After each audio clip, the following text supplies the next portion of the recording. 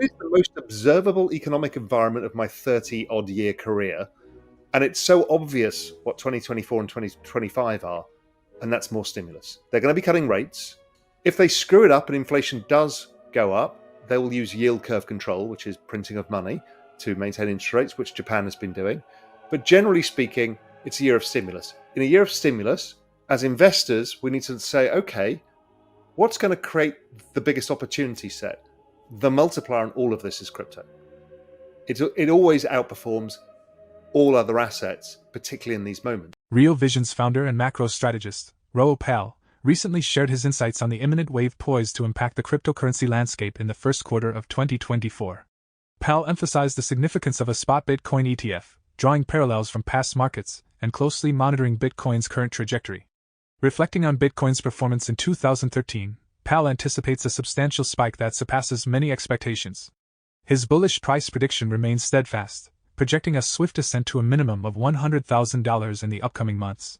The approval of BlackRock's Bitcoin spot ETF and the imminent Bitcoin halving further contribute to the optimism expressed by Raoul Pal. According to him, the cryptocurrency market is gearing up for a monumental 20x surge, marking what he deems the most significant crypto and macro bull market to date.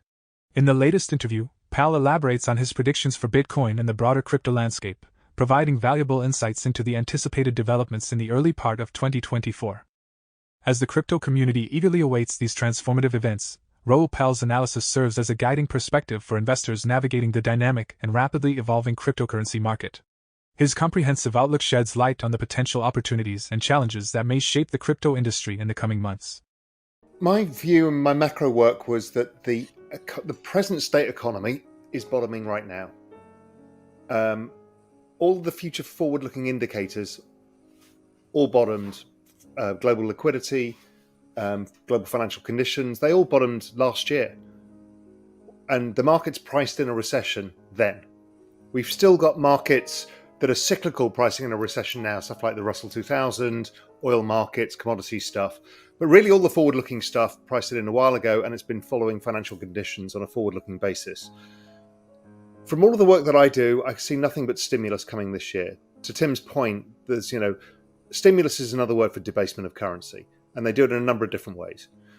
The worst one, the most pernicious one, is the printing of money and putting it on the central bank balance sheet, using the balance sheet to buy debt, because what you're really doing then is pure debasement of currency, and most people don't understand what it is.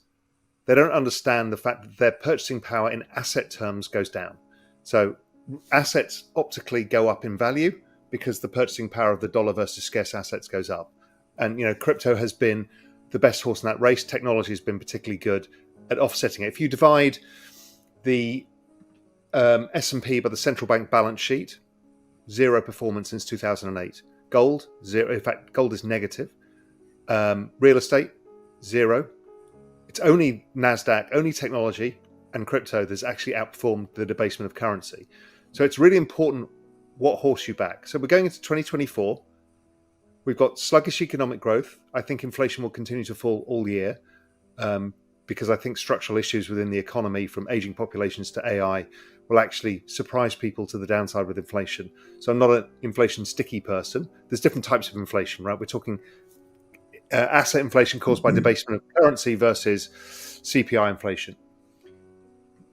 In an election year, the government's job is to give out as much candy as possible to voters. All they want to do is buy votes. You will always get stimulus. Since 2008, we had a great reset of the debt markets. Every major government hit 100% of GDP in debt by 2008. That's the Europeans, the Brits, the Americans, Japanese, Chinese. And what they all did was cut rates to zero in 2008. That was essentially a debt jubilee. It's like you don't pay the interest on the debt. That's really what it was. So if you don't pay the interest on the debt, what did they do? They all refied all of their debt. So it's 100% of GDP in debt. So all economic growth essentially goes to paying off the interest payments on the debt. So what you need to do is lower the interest costs of the debt. They did that, and every government reset their debt to 3 to 5 year. That 3 to 5 year cycle is the debt refi cycle. It's exactly how the economy has been working. So you come into year 4, It's the down year. That's when the economy slows because rates have gone up because they have to try and refi. What happens is rates then fall. They use the balance sheet, and they use the balance sheet to pay off the interest of the previous cycle. And I've kind of proven that out over time. That 4-year cycle is exactly the same as the Bitcoin halving cycle. Why? Because Bitcoin came in 2008. It's also the same as the presidential election cycle. Why? Stimulus, right? They're all the same thing. Raoul contends that the escalating money printing and the government's embrace of quantitative easing have resulted in significant malinvestment and widespread inflation. In his view, banks are striving to achieve interest rate neutrality while avoiding catastrophic repercussions for the global economy.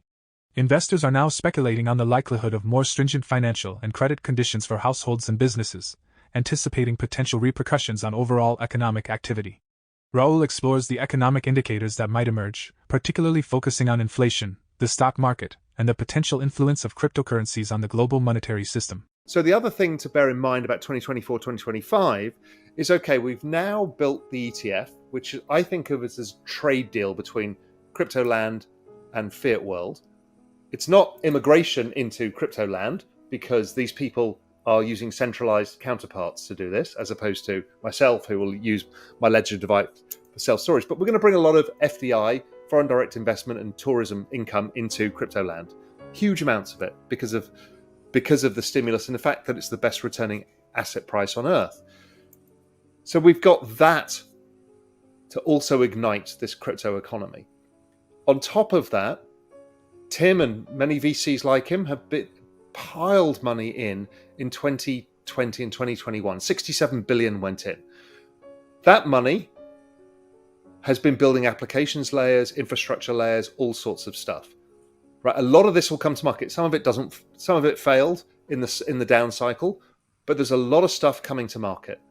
And so how I look at this is this cycle, as we go from 516 million wallets to I think 1 billion and beyond in this cycle alone, that it's going to be an everything, everywhere, all at once cycle. All of the kindling is in place. The banks, all the asset management firms are both investors, but are also building on blockchain rails. All of them.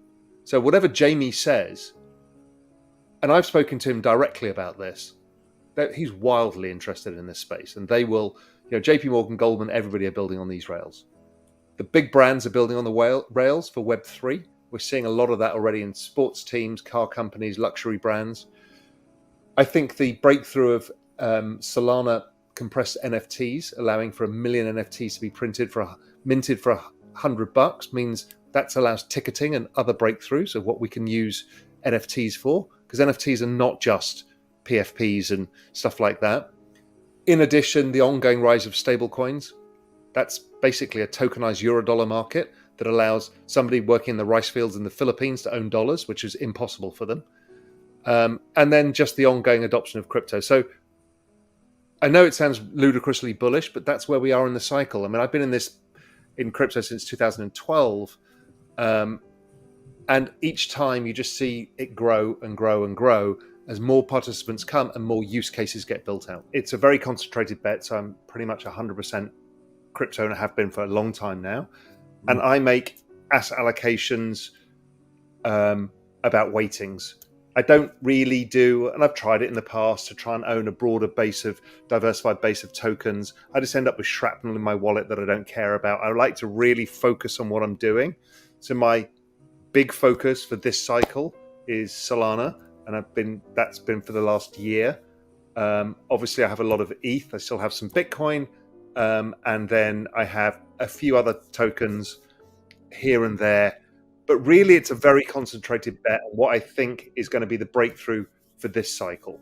And so, yeah, I'm not diversified at all. So I'm a terrible human being because I'm an investment guy and I should have this broad diversified portfolio. I'm not at all. I'm a profit maximalist when it comes to the opportunity set, but a philosophist when it comes to the opportunity set that this whole space provides. Raoul Pal unveils how shifts in cryptocurrencies can create ripple effects in our finances. Envision a scenario where borrowing money becomes costlier, impacting the attractiveness of credit card deals and car leases.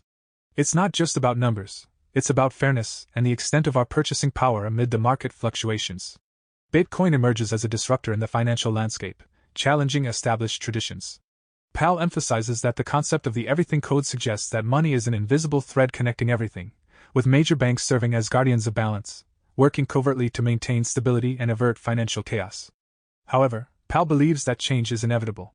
Share your thoughts on Raoul Pal's recent interview and your perspectives on how his predictions for Bitcoin, crypto, and the financial market might unfold in the latter part of 2023. For more Daily Dose Crypto news, check out these 2 awesome videos on your screen. Click now and we will see you on the next video.